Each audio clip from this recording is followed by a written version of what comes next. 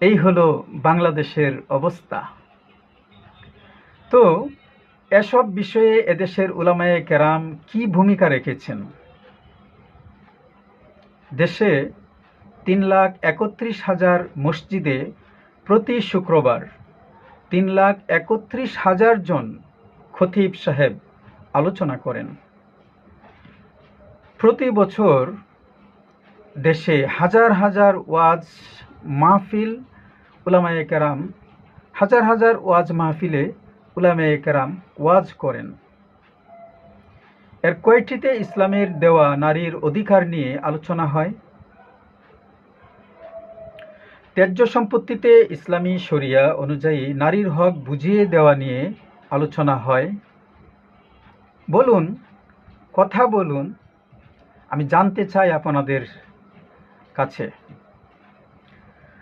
মসজিদের খতিব সাহেব এবং মাহফিলে আহুত বক্তার দায়িত্ব কি? আর তারা বলবেনই বা কি করে বলবেন তারা? আল্লাহ তো বলেছেন, লিমা তাকুলুনা মা লা তাফআলুন,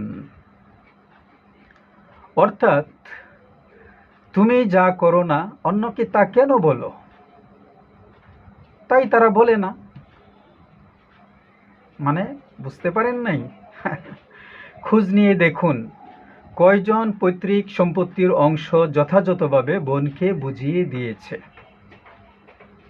শতে পাওয়া যাবে না, মানে শতকরায় কাউকে পাওয়া যাবে না।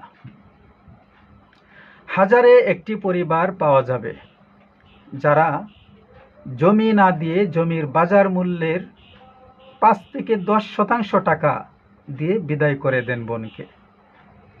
আর লাখে একটি পরিবার পাওয়া যাবে যারা পৈতৃক সম্পত্তির অংশ যথাযথভাবে বোনকে বুঝিয়ে দেয়।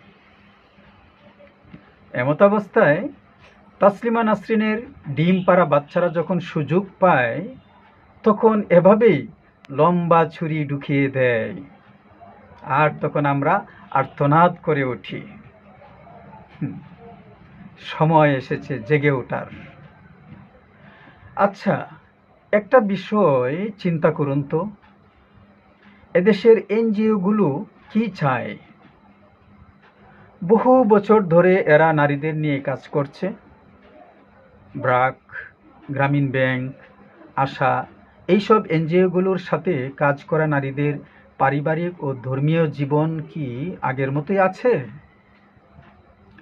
খোঁজ নিলে পিলে চমকে যাবে।